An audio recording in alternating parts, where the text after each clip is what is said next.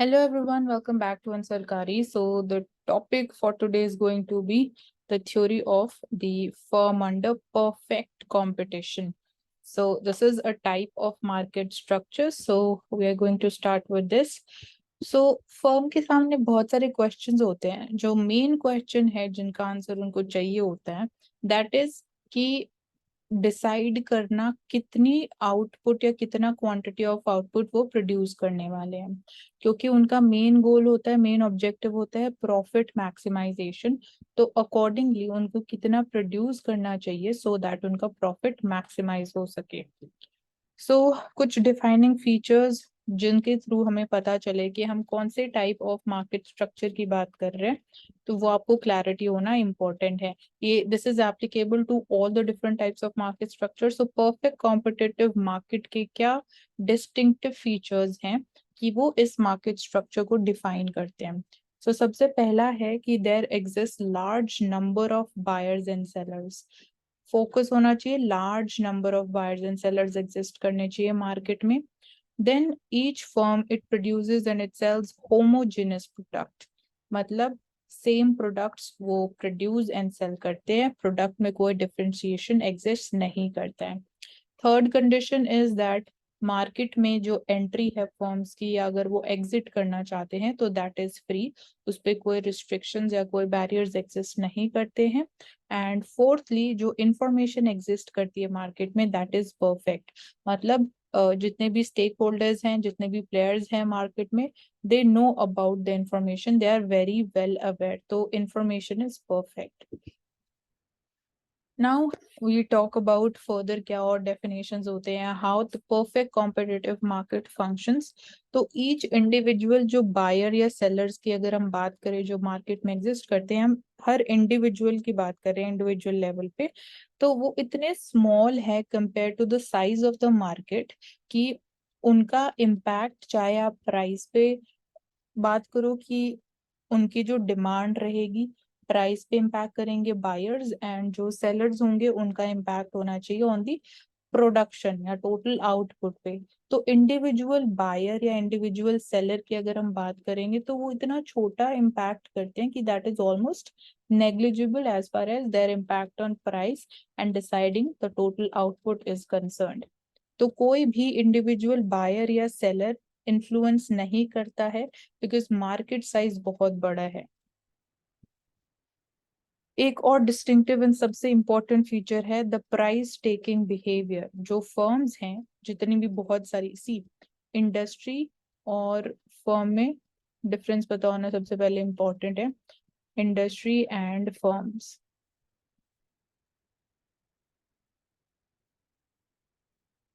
तो इंडस्ट्री होता है बड़ा यूनिट और फर्म्स होती हैं छोटी छोटी firms, individual units. Group of firms मिलके एक पूरी इंडस्ट्री बनाते हैं. ऑब्वियसली वो इंडस्ट्री होमोजेनस होनी चाहिए जब हम परफेक्ट कंपटीशन की बात कर रहे हैं.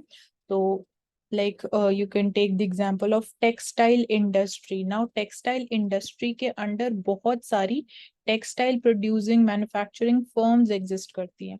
This is the basic difference. जो फर्म्स एग्जिस्ट करती हैं कॉम्पिटिटिव मार्केट के अंदर, वो खुद प्राइस डिसाइड नहीं कर सकती है. प्राइस उनको गिवन होता है, मतलब दिया जाता है, उनको बताया जाता है. तो this is called price taking behaviour.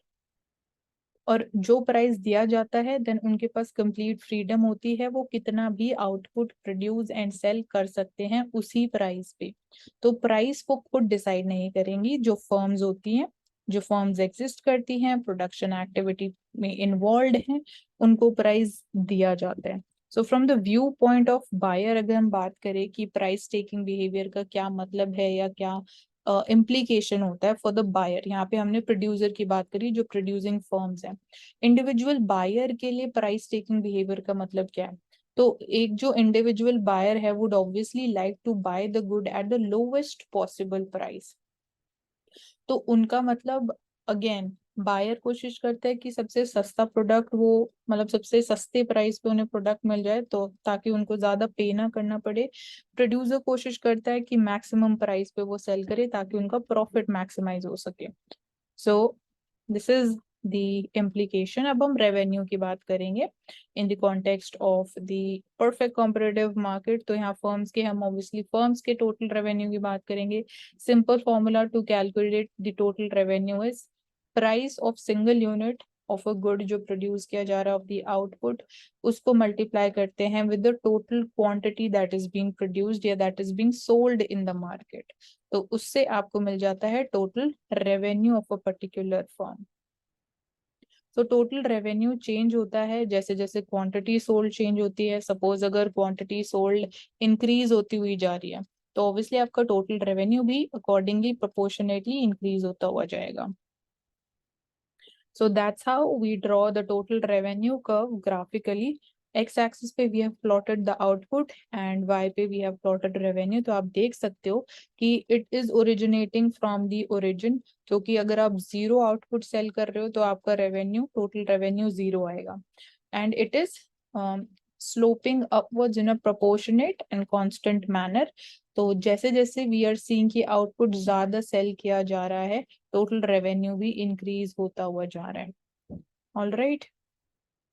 So here total revenue it increases as output goes up. That's very simple logic. Moreover जो equation है total revenue की P into Q, that is price into quantity, is that of a straight line because price constant है. Price change नहीं हो रहा है. Price is given. जो भी हमने देखा price taking behavior of a firm and for the buyer. So अगर हम slope की बात करें तो slope would be AQ1 divided by OQ1 जो होगा equal to price. तो अगर मैं यहाँ पे आपको बताऊं स्लोप कैलकुलेट करनी है तो AQ1 this is total revenue, क्योंकि y एक्सिस पे हमने टोटल रेवेन्यू प्लॉट किया है. सो इस हाइट की हम बात कर रहे हैं तो ये टोटल रेवेन्यू आया एंड डिवाइडेड बाय OQ1. तो OQ1 क्या है? आउटपुट है, तो आप इसको Q लिख सकते हो. अब फर्दर इसको सॉल्व करेंगे तो टोटल रेवेन्यू का फॉर्मूला क्या होता है? Price into Q divided by Q. So Q and Q they get cancelled and we are only left with price. So slope is equal to price. All right, this is how यहाँ पे भी similar चीज explain की गई है. तो इसको एक स्टेप बिफोर लेके जाऊं, मैंने स्टार्टिंग से आपको मतलब टोटल रेवेन्यू स्लोप वाला फॉर्मूला आपको बताया. तो एवरेज रेवेन्यू का फॉर्मूला क्या होगा? एवरेज रेवेन्यू का फॉर्मूला भी total revenue divided by Q होगा. तो हम बोल सकते हैं कि average revenue is also equal to price, slope is also equal to price, and that's how price constant है. तो ये ग्राफ होगा प्राइस के लिए horizontal parallel line to the X axis या output axis. So P is the price, this is the price line, this is also equal to average revenue, and this is the slope as well of the total revenue curve. So for a price taking firm जो exist करती है perfect competition में, average revenue equals the market price, and that is how we can say this is the proof कि why it is equal to price. So since जो market price है that is it is fixed, price is not changing, that is constant. So we obtain a horizontal straight line that cuts the y-axis. That's what we're talking about, the price line. So it is also firm's AR, मतलब average revenue भी है firm का, price line भी है. And price line क्या depict कर रही है? इट इज डिपिक्टिंग की जो डिमांड कर्व है which is facing a firm. And अगर हम डिमांड कर्व की बात करें तो ये जो शेप है, हमने जब price elasticity of demand discuss किया था टॉपिक, हमने बोला था कि this is perfectly elastic demand curve. तो एक और चीज यहाँ ऐड होगी, this is also the demand curve of the firm. So demand curve हमने बोला परफेक्टली इलास्टिक है. परफेक्टली इलास्टिक क्यों है? यू कैन सी कि प्राइस इज नॉट चेंजिंग. अगर बहुत माइनर, बहुत ही नेग्लिजिबल चेंज भी प्राइस में हो रहा है तो यू कैन सी कि क्वांटिटी में कितना ज्यादा या आउटपुट में कितना ज्यादा वेरिएशन हो रहा है, या हम बात करते हैं रिस्पॉन्सिवनेस की of the output to the price changes. So despite very small, minor and negligible change in the price, the output or the demand is changing massively. So there is high elasticity. So that's why this shape is called perfectly elastic. And we also discussed that this shape is called perfectly inelastic. All right. So if you miss this lecture, you can go and watch it out. Then moving further, so this in a way it means it is showing कि जो firm है it can sell as many units of the good as it wants to sell at this price P. मतलब कि price इतना है, अब आपके पास freedom है, फर्म हैज द फ्रीडम, आप कितना भी आउटपुट, इस प्राइस पे आप इतना आउटपुट भी सेल कर सकते हो, इस प्राइस पे आप इतना आउटपुट भी सेल कर सकते हो, that is completely it lies up to the firm. So increase in जो टोटल रेवेन्यू होता है for a unit increase in the firm's output, उसको हम बोलते हैं मार्जिनल रेवेन्यू. मार्जिनल अगेन हम हमेशा सिंगल यूनिट की बात करते हैं कि एक एक्स्ट्रा यूनिट सेल करने के बाद कितना रेवेन्यू इंक्रीज हो रहा है फर्म का, उसको बोला जाता है मार्जिनल रेवेन्यू. तो इसका सिंपल फॉर्मूला होता है मार्जिनल रेवेन्यू, मतलब हम हमेशा चेंज की बात करेंगे, कितना चेंज हो रहा है टोटल रेवेन्यू में divided by change in the quantity. So यहाँ पे एक एग्जांपल लेके सॉल्व कर रखा है and that's how we get marginal revenue. So कहीं ना कहीं अब हम बात कर रहे हैं कि मार्जिनल रेवेन्यू की अगर हम सिंपल सिंबॉलिकली फॉर्मूला लिखें तो marginal revenue change in total revenue, total revenue का फॉर्मूला क्या होता है, प्राइस इनटू क्यू. तो चेंज की बात कर रहे हैं तो सेकंड आउटपुट सेल करने के बाद जो हमारा रेवेन्यू आया P into Q, Q2 second quantity sell करी माइनस जो पहली क्वांटिटी सेल करके हमें टोटल रेवेन्यू मिला, तो ये आ गया एंड इसको फिर हम डिवाइड कर रहे हैं चेंज इन क्वांटिटी, तो quantity simply Q2 minus Q1 हो गया. अब आप इसमें से न्यूमरेटर में से प्राइस कॉमन ले लोगे, प्राइस हमने बाहर लिख दिया, ब्रैकेट में we are left with Q2 minus Q1 and denominator remains the same. So denominator और न्यूमरेटर में से after taking price common this gets cancel out and we are left with the price. So कहीं ना कहीं again we are getting marginal revenue is also equal to the price. So perfect competitive market का ये सबसे important feature होता है कि marginal revenue, average revenue, price and the demand curve they are all same, they are equal and that's how we draw them. This is the shape for it. Alright, तो यहाँ पे अब हम add कर देते हैं marginal revenue is also equal to price. I hope कि so far things are clear to you. अब हम बात करते हैं प्रॉफिट मैक्सिमाइजेशन की, क्योंकि फर्म का मेन ऑब्जेक्टिव यही है. सो प्रॉफिट की अगर मैं सिंबल की बात करूं, this is the symbol pi is used, this is called as pi, mathematics में आपने पढ़ा होगा. So this is the symbol for profit that we use in economics. And profit क्या होता है, जितना आपकी इनकम है, या इकोनॉमिक्स में हम यहाँ इस केस में बोल रहे हैं टोटल रेवेन्यू जो है, उसमें से आपकी जितनी भी टोटल कॉस्ट आई प्रोडक्शन की, आप उसको माइनस कर दोगे, what ever would be the left out amount वो आपका प्रॉफिट बोला जाएगा. तो आपकी इनकम में से आप अपना एक्सपेंडिचर माइनस कर दोगे तो उसको हम प्रॉफिट बोलते हैं. बट अब हम प्रॉफिट बोल रहे हैं तो professionally the terms that we use is total revenue and total cost. So on subtraction of total cost out of total revenue, we get the total profit. So question आता है कि अगर हमें प्रॉफिट मैक्सिमाइज करना है तो again जिससे हमने स्टार्ट किया था बेसिक क्वेश्चन से, कितनी क्वांटिटी हमें प्रोड्यूस करनी है और फिर हम उसे कैसे आइडेंटिफाई भी करने वाले हैं, उसके पीछे क्या प्रोसेस है, क्या स्टेप्स है इन ऑर्डर टू डिसाइड कि कितनी क्वांटिटी प्रोड्यूस की जानी चाहिए. So for profit maximisation 3 conditions ऐसी हैं जो सेटिस्फाई होनी चाहिए, तभी हम बोलेंगे कि firm has achieved the level of profit maximisation. अगर आप उससे ज्यादा प्रोड्यूस करोगे तो आपका प्रॉफिट डिक्लाइन होगा. सो 3 कौन सी कंडीशंस हैं. So price is P, price equal होना चाहिए मार्जिनल कॉस्ट से, this is one condition. Second condition बोल रही है कि जो मार्जिनल कॉस्ट है it must be non decreasing at this output level जहां पे हमें मैक्सिमम प्रॉफिट मिलेगा. तो नॉन डिक्रीजिंग मतलब कि मार्जिनल कॉस्ट डिक्लाइन नहीं होनी चाहिए जहां पे हमारा आउटपुट हमें maximum amount of profit earn करवाएगा.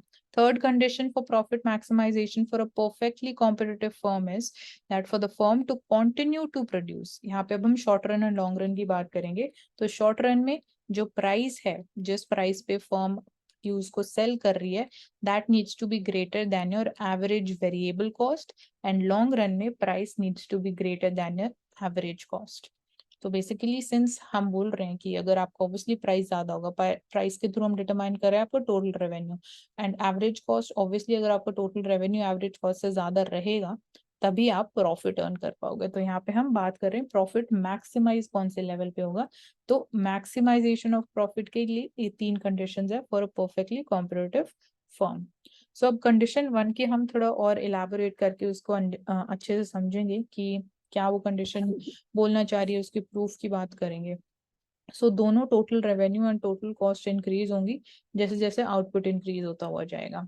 ऑब्वियसली अगर आप ज्यादा आउटपुट प्रोड्यूस कर रहे हो या सेल कर रहे हो तो आपको ज्यादा रॉ मटेरियल्स चाहिए, तो आपकी टोटल कॉस्ट इंक्रीज होएगी एंड ऑब्वियसली टोटल रेवेन्यू तो इंक्रीज हो गई अगर आप ज्यादा ज्यादा सेल कर रहे हो।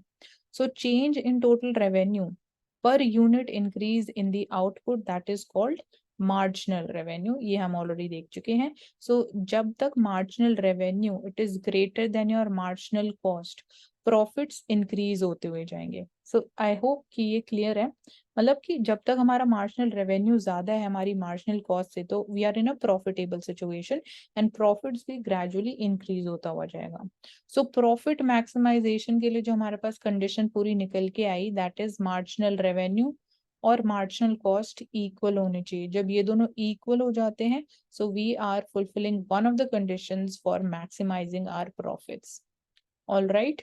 सो मार्जिनल रेवेन्यू हमने अभी प्रीवियसली देखा था ग्राफ, जब हम देख रहे थे प्राइस लाइन, तो मार्जिनल रेवेन्यू प्राइस के इक्वल है और मार्जिनल रेवेन्यू मार्जिनल कॉस्ट के इक्वल होना चाहिए, मतलब कि price needs to be equal to marginal cost as well.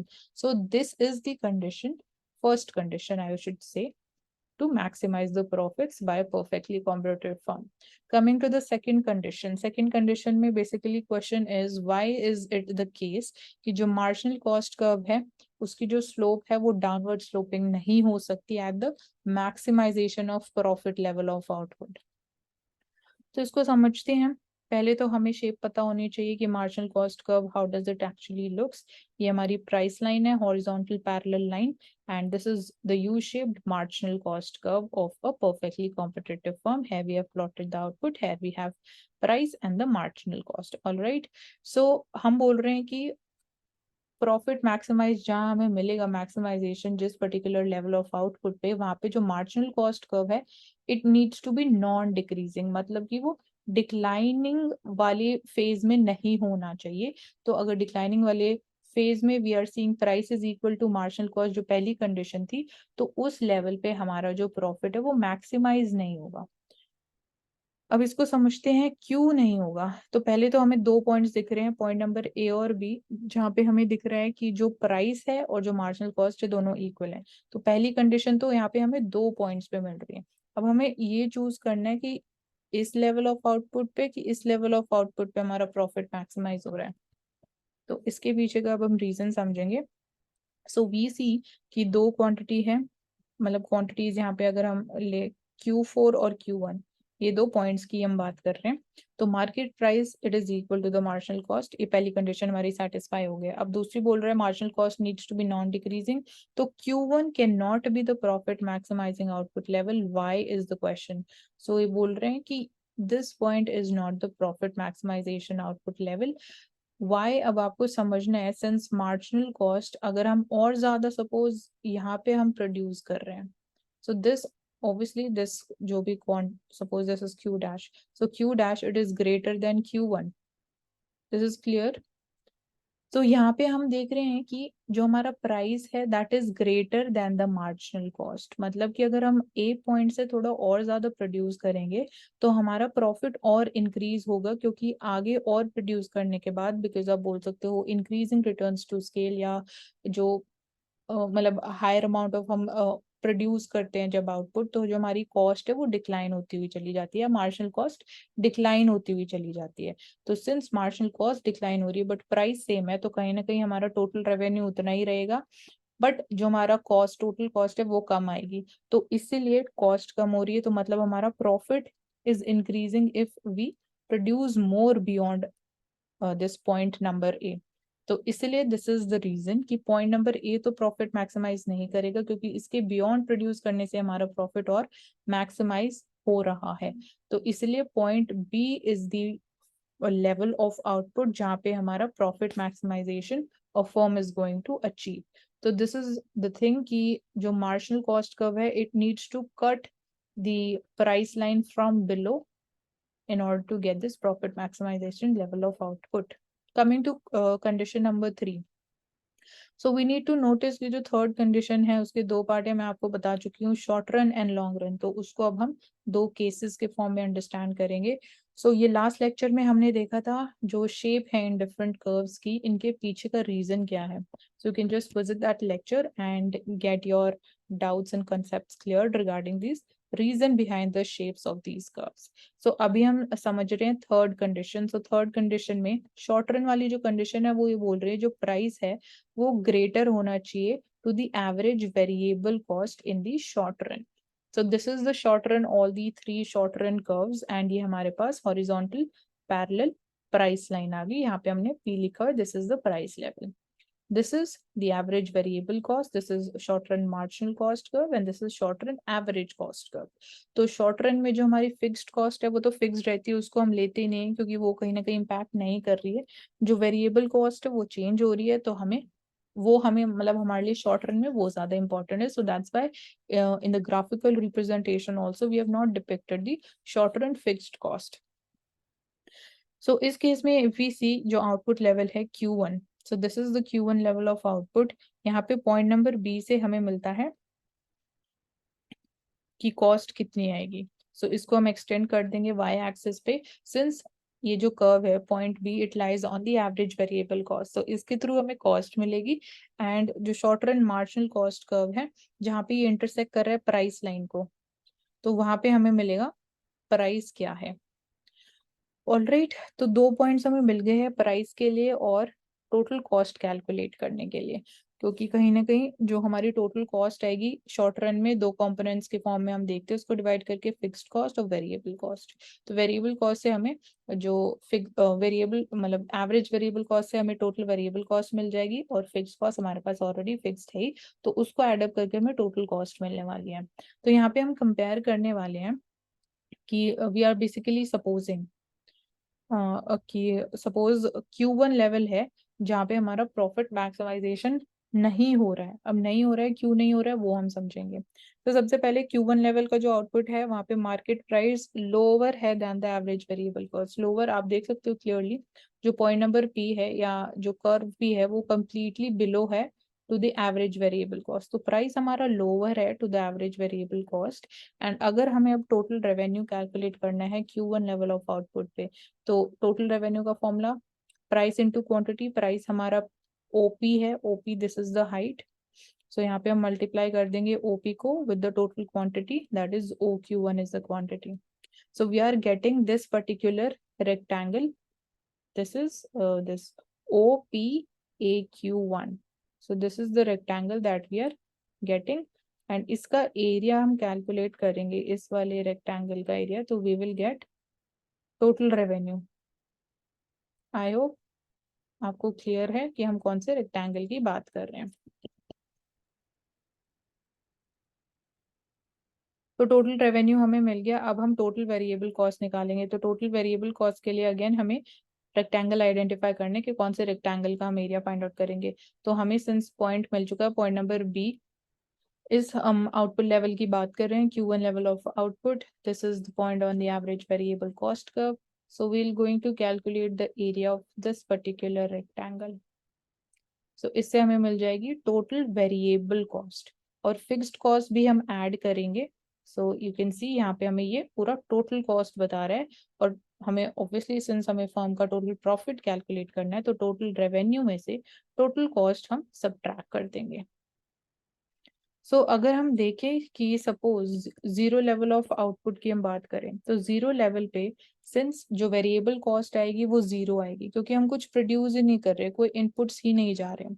और फिक्स्ड कॉस्ट तो ऑब्वियसली वो पॉजिटिव होगी ही होगी क्योंकि ये हमने कल देखा था कि अगर आउटपुट जीरो है फिक्स्ड कॉस्ट फर्म को स्टिल पे करनी पड़ेगी. Sorry, this would be positive, it wouldn't be zero.